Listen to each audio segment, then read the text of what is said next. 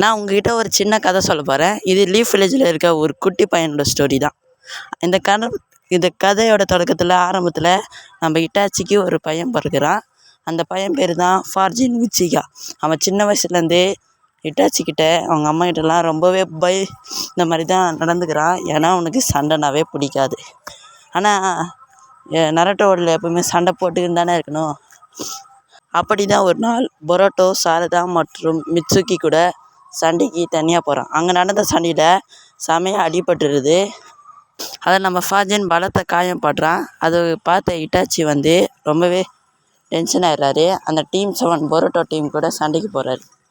போயிட்டு அதுக்கப்புறமா Kakashi இட்டாச்சியோட friend தானே, அதனால் கக்காஷியும் வராரு. அதுக்கப்புறமா 2 பேருமே சாஸ்கே உச்சிகா கூட சண்டை போடுறாங்க.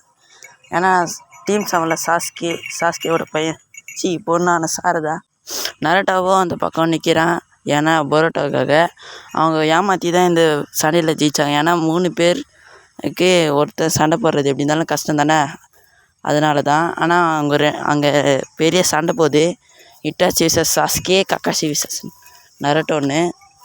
அதனால் நம்ம இட்டாச்சி சுக்கியோமை யூஸ் பண்ணி நம்ம சாஸ்கேவை லாக் பண்ணுறாரு.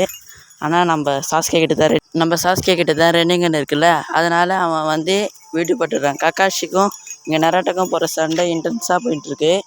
இந்த கதை இன்னும் தொடரும். To be continued. இந்த வீடியோ பிடிச்சிருந்தா லைக், ஷேர், சப்ஸ்கிரைப் பண்ணுங்கள். அதுக்கப்புறம் பார்ட் 2 வேணுமான்னு கமெண்ட்ஸில் சொல்லுங்கள்.